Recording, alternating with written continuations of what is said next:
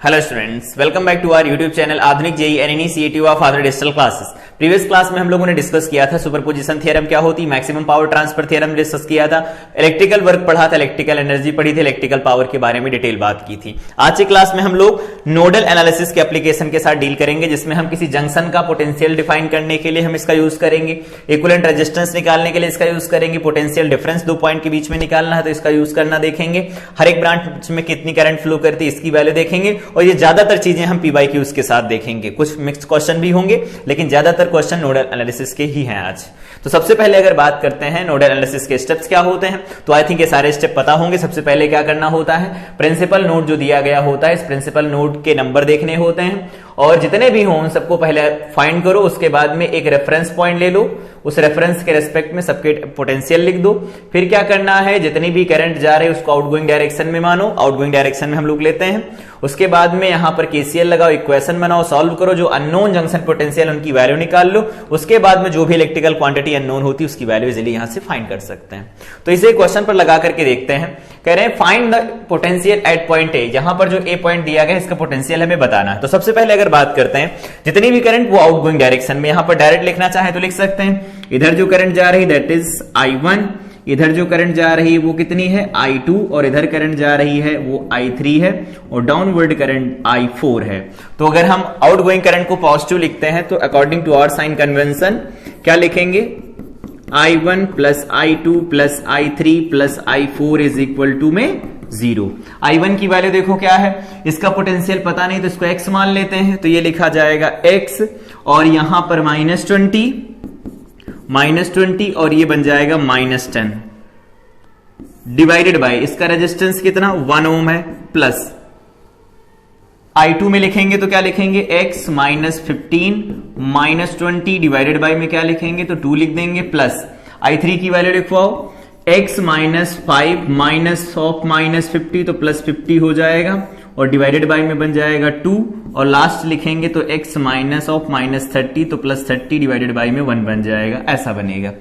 इसको easily solve कर सकते हैं, देखो 2 LCM हो जाएगा, ये बन जाएगा यहां पर 2x, और ये बनेगा 30 तो -60 हो जाएगा, प्लस यहां पर बन जाएगा x माइनस ये बन जाएगा 35 -35, और ये बन जाएगा प्लस x प्लस 45, और ये बन जाएगा 2x plus 60 is equal to 0। 60 से देखो 60 कैंसिल हो जाएगा, x को इकट्ठा कर लो, यहां पर 2 और 1 3 बन जाएगा, 4 और 2 6 6x बन जाएगा, और बाकी के टर्म को लिखो तो ये वैल्यू लिखी जा सकती है, यहां पर लिखा गया -35 45 इज इक्वल टू लिखेंगे माइनस ये बन जाएगा 10, तो x की वैल्यू यहां से क्या निकल के आएगी 5/3 विद नेगेटिव साइन, -5/3 वोल्ट निकल के आएगी। तो ये वैल्यू हो जाएगी हमारे पास जंक्शन पोटेंशियल की। सभी करंट को आउटगोइंग डायरेक्शन में लेना है, और उसके बाद में जो भी रेफरेंस पॉइंट दिया गया था उसकी की रेस्पेक्ट में सबके पोटेंशियल लिख देने हैं, और जितने भी करंट उन सबका अलजेब्रिक सम 0 लिख देना है।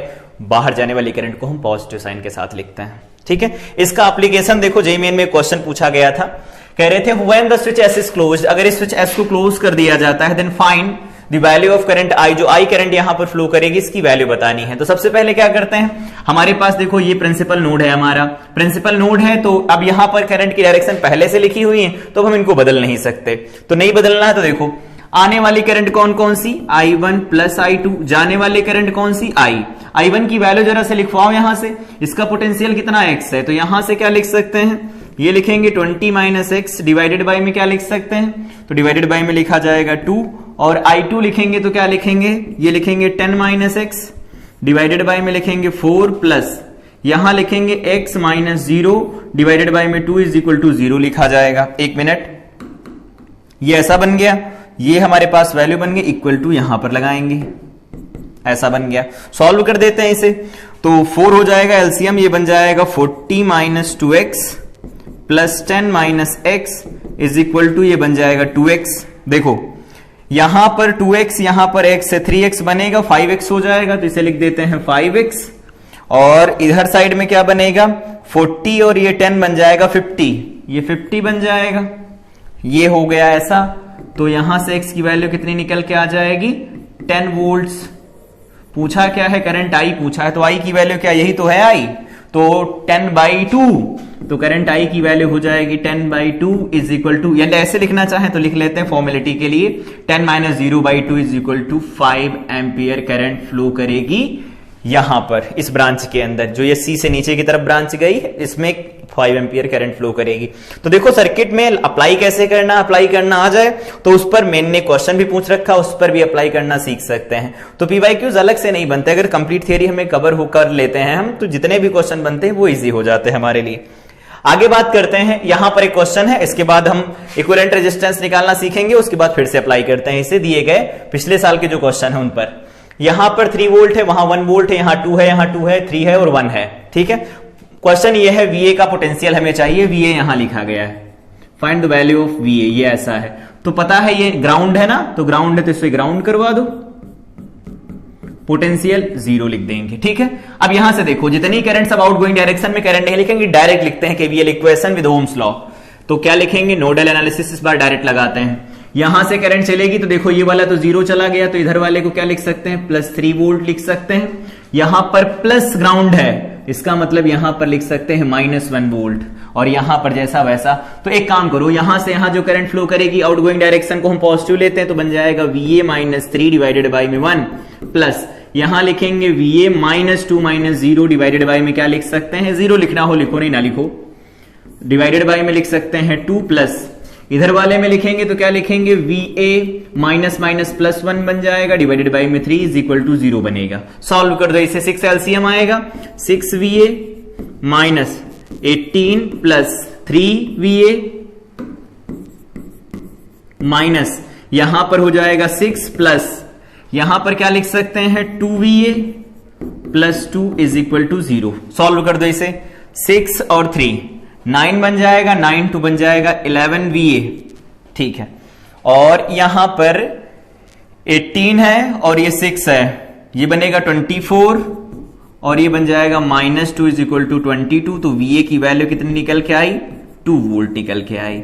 लगाना बहुत इजी है, KVL लगाते देखो एक लाइन में सिमट जाता है क्वेश्चन, बाकी मैथ है वो जैसे सॉल्व करना है कर सकते हैं। लेकिन अगर यहां पर KVL लगाना होता तो क्या करना होता हमें, देखो वो भी ट्राई कर रहे हैं तो देख लेते हैं। मान लेते हैं इसमें हमें I1 माननी होती लूप करंट, इसमें I2 माननी होती, तो I1 के रेस्पेक्ट में लिखते तो -3 लिख देते, इसमें लिख देते प्लस का I1, तो 1 मल्टीप्लाई करवा लो, इसमें लिखते तो लिख देते यहां पर I1 माइनस I2 इनटू में इसमें करंट कितनी जा रही है, तो मतलब रेजिस्टेंस कितना 2 है, और यहां पर 2 लिख देते, वापस आ जाते 0 लिख देते। सेकंड इक्वेशन जब बनाई जाती तो क्या लिखते, -2 लिख देते, और यहां पर अब करंट हो जाती 2 और यहां लिख देते I2 माइनस I1, I2 बड़ी हो जाती, इस वाले में लिख देते +3, यहां पर I2 लिख देते, ये -1 बन जाता, ये -1 बन जाता इज इक्वल टू 0। 2 इक्वेशन थी, तो यहां 2 इक्वेशन सॉल्व करनी पड़ रही जब हम KVL लगा रहे हैं, यहां एक इक्वेशन सॉल्व करनी पड़ रही, वो बहुत इजी है। ठीक है, तो हमारी जो चॉइस होनी चाहिए वो KCL होनी चाहिए, मतलब नोडल एनालिसिस हमारा अप्रोच होना चाहिए,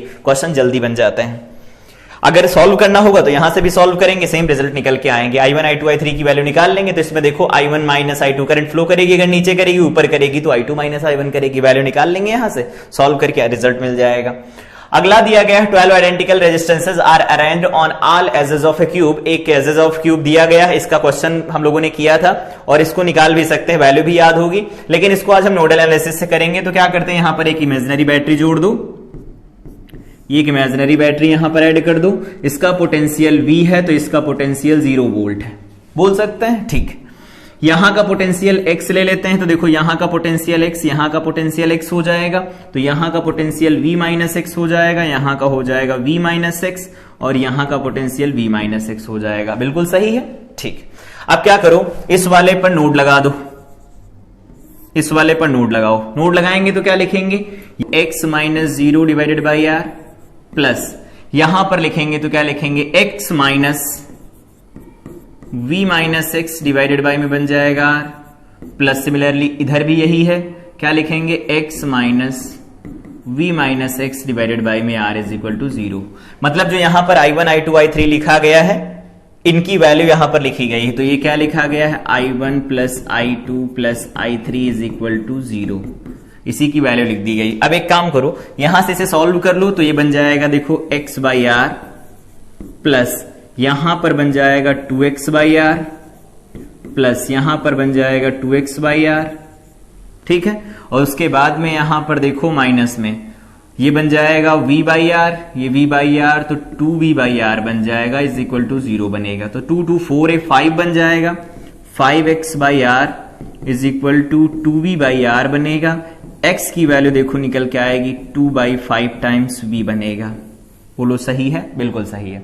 अब करना क्या है, इस वाले पॉइंट पर आओ, यहां पर इस वाले पॉइंट पर, और लगा दो यहां पर फिर से नोड। तो नोड लगाएंगे तो क्या लिखेंगे, इनकमिंग करंट कितनी हमारे पास I है, आउटगोइंग करंट कितनी है, तो वो लिखेंगे v-x divided by r plus, same इधर भी आएगा यही, तो इसको हम 2 से करा देते हैं मल्टीप्लाई, प्लस इधर भी यही आएगा, तो 2 से क्यों, सीधे सीधे 3 से मल्टीप्लाई करा दो इसे, 3, क्योंकि इधर भी यही, इधर भी यही, इधर भी यही, सेम सेम बनेंगे। अब एक काम करो, यहां पर वैल्यू रख देते हैं, ये बन जाएगा v तो कट जाएगा, ये बन जाएगा यहां पर x या 3x डिवाइडेड बाई में r बनेगा, तो 3/r इंटू एक्स की वैल्यू आई है 2/5 टाइम्स v लिखा जाएगा। बोलो सही है? तो यहां से हमें चाहिए क्या, v/i चाहिए होता है, तो v/i निकालोगे क्या बन जाएगा, i को उधर भेज दो, 5 चला जाएगा इधर, तो ये बन जाएगा 5r/6। देखो पहले भी रिजल्ट यही आया था, आज भी यही रिजल्ट आया है, दोनों जगह से सेम वैल्यू मिलेगी। तो नोडल एनालिसिस लगा करके भी इक्विवेलेंट रेजिस्टेंस निकाला जा सकता है, बहुत इजी होता है। बस हमें याद रखना है, पोटेंशियल लिखना आना चाहिए। इसके बाद अगला क्वेश्चन दिया गया है 12 identical resistances are arranged on all edges of a cube. Resistance ये इसमें यहां पर ए और बी मार्क किए गए हैं। तो यहां पर अगर हम इमेजिनरी बैटरी एक ऐड करते हैं तो हमें क्या करना होगा, सबसे पहले एक तो तरीका होता है इस सर्किट को अपने अकॉर्डिंग बना लो, सॉल्व कर लो, वो जानते हैं हम लोग, रिडक्शन मेथड है। लेकिन अगर हम उस तरह से नहीं करना चाहते तो यहां से देखो, इसमें जितनी करंट जाएगी, क्या इसमें उतनी करंट नहीं जाएगी, ऑफ कोर्स जाएगी। इसमें मान लेते हैं I3 करंट, I1 करंट जा रही है, ठीक है। सिमिलरली देखो यहां पर ये जो करंट जा रही हैं, इस वाले में जो करंट जाएगी I2 जाएगी, तो इस वाले में भी करंट कितनी जाएगी, I2 जाएगी। इस वाले में करंट इसमें अलग जा रही तो I1 जा रही, सिमेट्री मेथड से डिवाइड कर रहे हैं। इस वाले में जो करंट जा रही होगी वो कितनी जाएगी, I3, तो इधर कितनी चली जाएगी, I2 माइनस I3 जाएगी। अब यहां से I2 जा रही, इधर चली जाएगी I3, तो इसमें कितनी करंट जाएगी, तो इसमें जाएगी I2 माइनस I3, ठीक है। अब वापस से यहां पर जो करंट कलेक्ट की जाएगी, इधर I2 होगी और इधर I2 करंट होगी, ठीक है। तो अगर ये I2 करंट है, इधर आ रही है I3, इधर I2 आ रही है, इसका मतलब इधर से क्या आ रही होगी, तो इधर से करंट कितनी आ रही होगी, यहां से देखो ये करंट जो बनेगी इन दोनों का सम ही तो बनेगी, तो ये बन जाएगी I2 माइनस I3 टाइम्स 2 बन जाएगा ऐसा। और ये करंट इधर आएगी और फिर यहां पर ऐसा होगा वापस से, और वापस से इधर की तरफ करंट कलेक्ट कर ली जाएगी। यहां पर जो साइन लगे हैं वो अंदर की तरफ लगेंगे, ये जो साइन लगे हैं इसमें अंदर की तरफ साइन लगेंगे I2, और इधर I2 बन जाएगा। तो देखो यहां पर I3 निकल के आ रहे हैं, इसका मतलब है यहां पर I2 रहेगा और माइनस का I3 रहेगा, क्योंकि I3 जुड़ के 0 बन जाएंगे। और इस वाले में I3 करंट आ रही तो इसमें आ जाएगी I2 माइनस I3 करंट आ जाएगी, ठीक है। सिमेट्री मेथड से करंट डिवाइड कर दिया। अब कुछ भी नहीं करना है, एक काम करो, केवीएल इक्वेशन फॉर्म करो, सॉल्व कर लो, आंसर निकल आएगा। तो केवीएल इक्वेशन फॉर्म करेंगे तो देखो क्या बनेगा। सबसे पहले इस वाले लूप में हम सॉल्व कर देते हैं इसे, तो सॉल्व करेंगे तो क्या लिखेंगे, देखो माइनस I, यहां पर जो करंट जा रही है वो I है, ध्यान रखेंगे, ठीक है। तो एक इक्वेशन लिखना चाहो तो लिख दो I की वैल्यू 2I1 के बराबर हो, मतलब यहां पर I1, एक मिनट, I1 प्लस 2 I2 के बराबर आएगी। ये तो पहले पॉइंट पर हो गई पहली इक्वेशन। अब दो इक्वेशन और चाहिए, क्योंकि 3 अननोन मान लिए हम लोगों ने। तो इस वाले लूप में चलो, तो यहां चलेंगे तो प्लस IR, तो ये बन जाएगा I2 इंटू R, और डाउनवर्ड जाएंगे तो प्लस I3 इंटू R। देखो इस वाले में गए, फिर इधर नीचे आ रहे हैं, इधर आ रहे हैं, तो प्लस का क्या लिखेंगे, ये लिख सकते हैं I2 इंटू R, और नीचे से ऊपर जाएंगे तो माइनस का यहां लिखना पड़ेगा हमें I1 इंटू में R इज इक्वल टू 0 बन जाएगा। पहली इक्वेशन हो गई। दूसरी इक्वेशन इधर लिख लो, इस वाले किनारे वाले लूप के अंदर, तो यहां चलना शुरू करो, तो इसे लिख सकते हैं प्लस R, यहां पर लिख सकते हैं I2 माइनस I3, और यहां पर क्या लिख सकते हैं, तो प्लस का लिख सकते हैं I2 माइनस I3 इंटू में 2R लिख लो, 2R करंट जा रही है, और इधर वाले में लिखेंगे तो क्या लिखेंगे, तो ये लिख सकते हैं I2 माइनस I3 इंटू में बन जाएगा R, नीचे से ऊपर जाएंगे नीचे वाली ब्रांच में, तो इसे लिखेंगे minus I3 into R is equal to 0। ये पहली इक्वेशन थी, ये दूसरी हो गई और ये तीसरी इक्वेशन हो गई, तीन अलग अलग इक्वेशन हो गई। इन दोनों इक्वेशन को सॉल्व करेंगे, मतलब तीनों इक्वेशन को, तो यहां से मिल जाएगा I1 is equal to 7/12 I बनेगा, ठीक है, और ये बन जाएगा I2 की वैल्यू, ये 5/12 I बनेगा, और यहां पर जो I3 की वैल्यू बन जाएगी वो बन जाएगी I/6। ये सारे रिजल्ट्स निकल के आएंगे कुछ इस तरह से। और अगर ये रिजल्ट एक बार निकल के आए तो यहां से यहां पर KVL ही तो लगाना, V/I is equal to R होगा, तो VA हो गया, करंट इतनी हो गई, R में ड्रॉप लिखना है तो लिख सकते हैं V is equal to I times I, तो 7/12 इंटू I आया है, तो यहां से निकाल दो ना, क्या निकल के आएगा, V/I इज इक्वल टू 7/12, और यही क्या हो जाएगा, R हो जाएगा, तो हमारे पास ये रिजल्ट निकल के आ जाएगा। सॉल्व कर लेंगे इसे। इसके आगे यहां पर जगह खाली है, इसको चाहो तो ट्राई कर सकते हो, इस सर्किट को ट्रांसफॉर्म करके आंसर निकालना हो तो भी रिजल्ट सेम निकल के आएगा, होमवर्क है वो। अगला क्वेश्चन दिया गया, find the equivalent resistance of the network between, ये सेप्टेड सिमेट्री के ऊपर बेस्ड क्वेश्चन है। कैसे सॉल्व कर सकते हैं इसे, देखो, अगर मान लेते हैं कि यहां पर एक बैटरी कनेक्ट कर दी जाए, नोडल से भी करेंगे ऐसा नहीं है, पहले हम यहां पर किससे लिखा, KCL से लिखा, तो पहले KCL से कर लेते हैं इसे। तो KCL से करेंगे तो क्या होगा, बैटरी तो माननी पड़ेगी, तो बैटरी माननी पड़ेगी, तो ऐसा लिख देते हैं, यहां पर जो बैटरी है वो V वोल्ट की बैटरी है, V वोल्ट की बैटरी है, यहां का पोटेंशियल V हो जाएगा तो यहां का V हो जाएगा, इधर का लिख देते हैं 0 वोल्ट, तो इधर का हो जाएगा 0 वोल्ट, यहां का अगर लिखना चाहें तो लिख देते हैं, यहां का लिख देंगे X वोल्ट, तो ये हो जाएगा V-X वोल्ट। सही है, ठीक। अब इसको हम पहले नोडल एनालिसिस से कर रहे हैं, तो क्या करना होगा हमें, यहां पर देखो, इस पर नोड लगाओ, तो इस पर नोड लगाओगे तो क्या होगा, आउटगोइंग करंट को पॉजिटिव लिखेंगे, तो देखो X minus V divided by 5, उसके बाद में लिखेंगे plus X minus V minus X, तो ये बन जाएगा 2X, लिख देते हैं, अच्छा एक बार, तो ये लिख देंगे X minus V minus X divided by में 5 प्लस उधर side x minus 0 divided by में 10 इज इक्वल टू 0 बनेगा। सॉल्व कर दो इसे, तो 5 10 आएगा इसका एलसीएम, तो ये बन जाएगा 10x माइनस 10v प्लस यहां पर बन जाएगा, एक मिनट, 10 आएगा तो 2 से मल्टीप्लाई कराएंगे, 2x माइनस 2v, और यहां पर लिखेंगे तो ये बन जाएगा माइनस माइनस प्लस 2x बनेगा, तो ये 4x बन जाएगा, माइनस का यहां पर बन जाएगा 2v, और प्लस में यहां पर लिखेंगे x इज इक्वल टू 0 बनेगा। सॉल्व कर दो इसे, क्या बन जाएगा यहां से, 4 2 6 और ये 7x बनेगा, और ये 2v ये बन जाएगा 4v, और यहां से x की वैल्यू निकालेंगे तो 4/7 टाइम्स v निकल के आएगा। ठीक है, x निकल आया।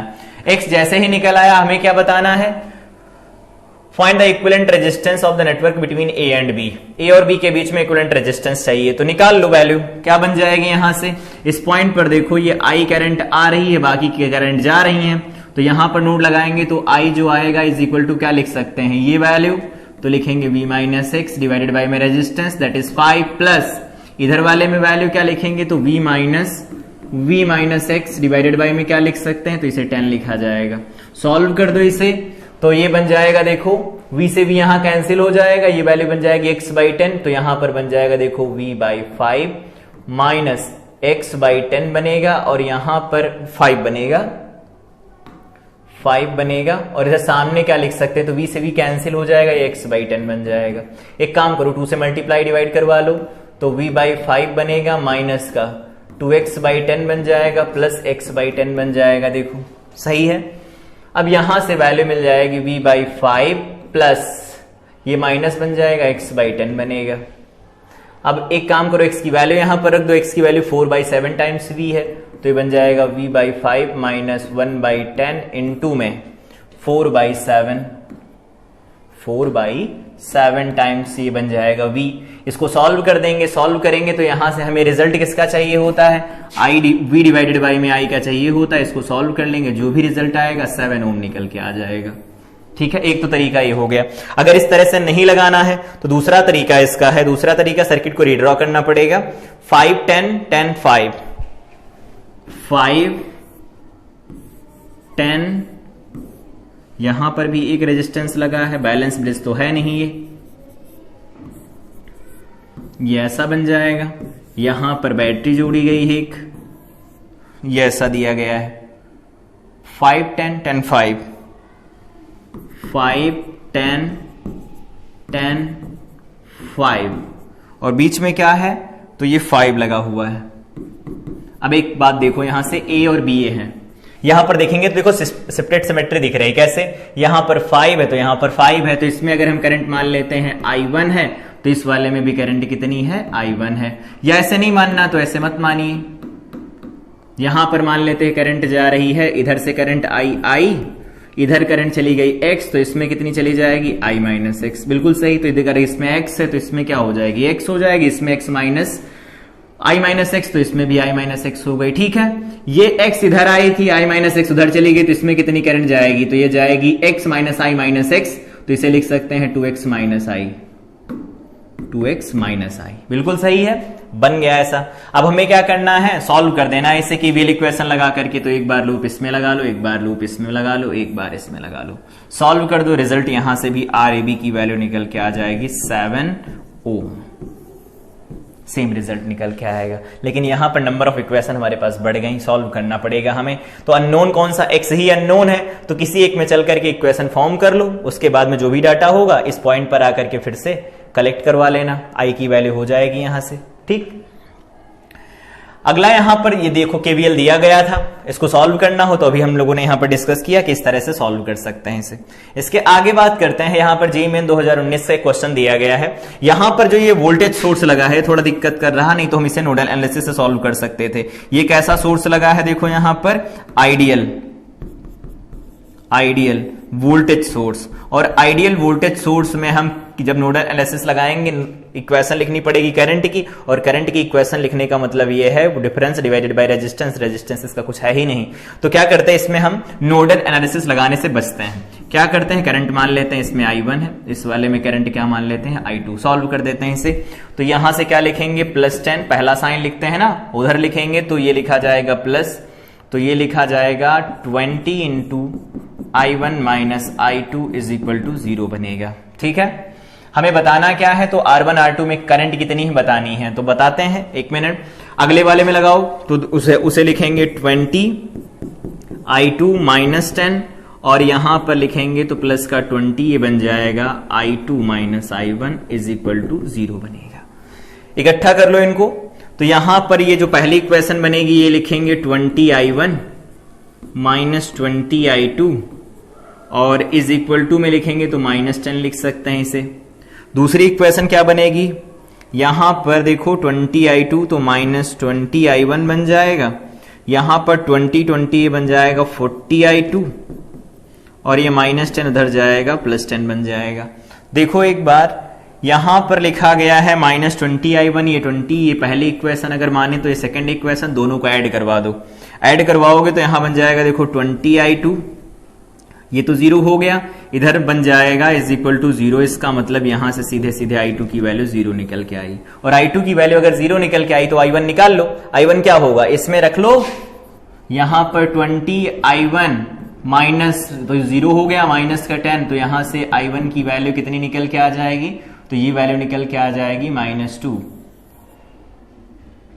-2 क्यों, -1/2 आएगी, तो -1/2 एम्पियर बनेगी। तो इसका मतलब है करंट कौन सी डायरेक्शन में फ्लो करेगी, तो हमने ऊपर से नीचे की तरफ माना है। तो अगर ये ऊपर से नीचे की तरफ मानेंगे तो यहां से देखो क्या I1 माइनस I2 निकालेंगे, तो ये -1/2 -0, इसका मतलब -0.5 एम्पियर आएगा। तो करंट हम ऊपर से नीचे माइनस लिख रहे हैं, तो नीचे से ऊपर की तरफ फ्लो करेगी 0.5 एम्पियर करंट। देखो ये आंसर हो गया। तो ऐसा नहीं है कि हम जब नोडल एनालिसिस लगाएंगे तभी क्वेश्चन को इजी कर सकते हैं, केवीएल लगाकर भी क्वेश्चन को इजी किया जा सकता है। ध्यान ये रखना है कि जो भी इक्वेशन हम फॉर्म कर रहे हो उनको हम सॉल्व करने लायक बना लें। ऐसा तो है नहीं कि हमें कैलकुलेटर मिलेगा तो सॉल्व करने लायक बनाना ही पड़ेगा खुद ही। अगला क्वेश्चन दिया गया है, मेन का ही क्वेश्चन है, the value of potential difference between A and B. Mark नहीं किए गए हैं तो लिख लो यहां पर ये ए है और ये बी है। जेईई मेन 2019 का क्वेश्चन है, सॉल्व करना है इसे। तो इसको सॉल्व करने के कई सारे तरीके हैं। नोडल एनालिसिस लगा लो, पहला तरीका होता है, या सीधे सीधे यहां ए और बी के बीच में चाहिए हमें पोटेंशियल डिफरेंस, तो एक काम करो सीधे सीधे सेल का कॉम्बिनेशन लगा लो ना। तो इस सेल का कॉम्बिनेशन लगाएंगे, देखो सर्किट कैसे दिखेगा, यहां पर कुछ इस तरह का 4 वोल्ट 2 ओम, बीच वाली ब्रांच बनाई जी ए वाली और बी वाली। इधर जब बनेगा तो इसे क्या लिख सकते हैं, ये है ऐसा, इसका इंटरनल रेजिस्टेंस यहां ऐड कर लेते हैं फाइनली पूरा। तो 1 और 1 ये बन जाएगा 2 और ये 4 वोल्ट हो गया। फाइनली इधर क्या बन जाएगा, तो यहां पर कुछ ऐसा होगा, ये बन जाएगा 1 1, ये बन जाएगा 2 ओम और ये हो जाएगा 2 वोल्ट। ए और बी के बीच में इक्विवेलेंट रेजिस्टेंस चाहिए, तो हम जानते हैं E जो इफेक्टिव लिखा जाता है, याद होगा formula, E1/R1 plus E2/R2 plus E3/R3 divided by में 1/R1 1/R2 1/R3 ऐड करो। तो लिखो इधर पोलैरिटी देखो सबकी सेम ही दे रखी है, तो इसमें कोई दिक्कत की बात नहीं। यहां पर लिख दो 2/1 मतलब 2/2 प्लस यहां पर 4/2 प्लस 4/2 बन जाएगा डिवाइडेड बाई में 1/2 1/2 1/2, तो 1/2 प्लस 1/2 प्लस 1/2 बन जाएगा। सॉल्व कर दो तो ये बनेगा देखो 1 2 2, तो ये बन जाएगा 5 इंटू में ऊपर चला जाएगा 2 और यहां बन जाएगा 3, तो ये बन जाएगा 10/3, ये आ जाएगा। और 10/3 जैसे निकल के आएगा, 10/3 का मतलब होता है 3.333, ये रिजल्ट आ जाएगा। तो अगर सेल का कॉम्बिनेशन पता तो भी क्वेश्चन लगा सकते हैं, अदरवाइज हम नोडल एनालिसिस लगाना तो बहुत इजी है, यहां पर लगा सकते हैं, उससे भी निकाल सकते हैं। अगर किसी को लगाना हो तो केवीएल लगा सकता है, ठीक है, अपने सेटिस्फैक्शन के लिए। अगला क्वेश्चन दिया गया है, the circuit shown below the current in 1 ohm resistor. 1 ohm resistor के अंदर करंट कितनी फ्लो करेगी उसकी वैल्यू चाहिए हमें। तो सॉल्व करते हैं इसे। देखो सबसे पहला काम ये है, इसमें लूप करंट मान लो, ये हमारे पास I1 करंट हो गई, इसमें करंट कितनी हो गई, I2 करंट हो गई। इक्वेशन हम लिख देते हैं, सॉल्व कर लेंगे आप लोग। यहां से क्या लिखेंगे, तो लिखेंगे +6, डाउनवर्ड जाएंगे P से क्यों, तो प्लस का 1 लिखेंगे, करंट कितनी जा रही, तो I1 माइनस I2 जा रही है। और इस वाले में लिखेंगे तो प्लस का 3 लिखेंगे, करंट कितनी I1 is equal to 0। Equation first हो गई। सेकंड इक्वेशन क्या बनेगी, तो उस वाले लूप में लिखो तो +2, यहां पर करंट कितनी I2 है, प्लस का 9 लिख देंगे। वापस से इधर नीचे से ऊपर जाएंगे तो लिख देंगे यहां पर I2 माइनस I1, और इनटू में क्या लिखा जाएगा, तो इनटू में 1 हो जाएगा, इज इक्वल टू 0 बनेगा। ये हो गई दूसरी इक्वेशन। दो इक्वेशन, दो अननोन, इन्हीं को सॉल्व करके वैल्यू निकाल लेनी है। सॉल्व करके जब वैल्यू निकालेंगे तो यहां से वैल्यू निकल के आएगी I2 माइनस I1 is equal to 0.13 ampere. ये रिजल्ट निकल के आ जाएगा, ठीक है। सॉल्व कर लेंगे इसे, इजी है, दो इक्वेशन लिखो, सॉल्व कर देना, बहुत इजी, वैल्यू पुट करके देख सकते हैं। अगला क्वेश्चन दिया गया है, the circuit shown below the potential difference between A and B. A और बी के बीच में पोटेंशियल का डिफरेंस कितना, इसकी वैल्यू हमें चाहिए। तो क्या करना है, एक तो तरीका देखो यहां पर, सबसे पहला कि हम इसको सेल कॉम्बिनेशन से लगा सकते हैं, ग्रुपिंग ऑफ सेल से लगा सकते हैं,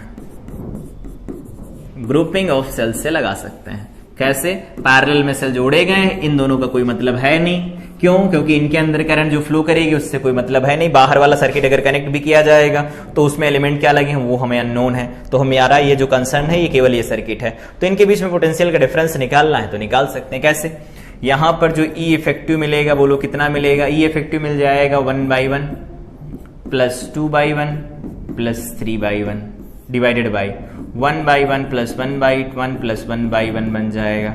तो ऊपर बन जाएगा 3 2 5 6 और डिवाइडेड बाई में यहां 3 बन जाएगा, 2 वोल्ट निकल के आएगा। देखो कितना इजी क्वेश्चन है। अगर ऐसे नहीं लगाना है तो ऐसे नहीं लगा रहे हैं तो इसमें करंट लिख लो, I1 इज इक्वल टू क्या आएगी 1 एम्पियर, 1/1 1 एम्पियर बनेगी। I2 is equal to 2/1 2 ampere बनेगी। I3 की वैल्यू जो निकल के आएगी that is 3/1 is equal to 3 ampere बन जाएगी। अलग अलग करंट हो गई। अब कुछ करना ही नहीं है, क्या करेंगे, यहां से ये पॉइंट ले लो और ये पॉइंट ले लो, और यहां पर करना क्या है, यहां इसमें कोई ड्रॉप नहीं होगा, तो अगर ये ए पॉइंट तो ये ए पॉइंट होगा इक्विपोटेंशियल, ये बी पॉइंट, तो ये वाला भी बी पॉइंट हो जाएगा। इन दोनों के बीच में लूप लगा दो, लूप लगाओगे तो भी यहां से VAB की वैल्यू क्या निकल के आएगी, 2 वोल्ट ही निकल के आएगी। तो दो अलग अलग तरीके हो गए कि यहां पर हम सॉल्व करेंगे, सबसे पहले करंट की वैल्यू निकालेंगे और करंट की वैल्यू निकालने के बाद में हमें इसे पूरा सॉल्व कर देना, सॉल्व करेंगे रिजल्टेंट वैल्यू हमें मिल जाएगी, ठीक है। और यहां पर अगर इफेक्टिव निकालना हो तो इस तरह से भी इफेक्टिव निकाला जा सकता है, जेईई मेन का क्वेश्चन था। तो इस तरह से अगर कोई सर्किट दिया गया होता है तो नोडल एनालिसिस का अप्रोच लगा करके हम उन क्वेश्चंस को कैसे डील कर सकते हैं, इसके बारे में हम लोगों ने बात की। अगली क्लास में हम लोग आरसी सर्किट के बारे में बात करेंगे, क्योंकि आरसी सर्किट के बारे में कैपेसिटर में बात की गई थी, वहां पर हम लोगों ने किरचॉफ्स लॉज नहीं पढ़े थे। अब पढ़ लिए तो एक बार दोबारा से बात करेंगे, वहां पर चार्जिंग डिस्चार्जिंग ऑफ कैपेसिटर देखेंगे, साथ में अगर कोई कैपेसिटर उसके पास पहले से कुछ चार्ज है तो बाद में उसके ऊपर कितना चार्ज हो जाएगा, अगर पहले ज्यादा था जो बैटरी सप्लाई कर रही है या पहले कम था जो बैटरी सप्लाई कर रही है, इन अलग अलग केस में चार्ज की वैल्यू हम लोग कैलकुलेट करना सीखेंगे। साथ में यहां पर जो बचे हुए P/Qs हैं उनको अगली क्लास में डिस्कस किया जाएगा। तो तब तक के लिए इस क्लास को रिवाइज करें, मिलते हैं अगली क्लास में। Till then I wish you all the best.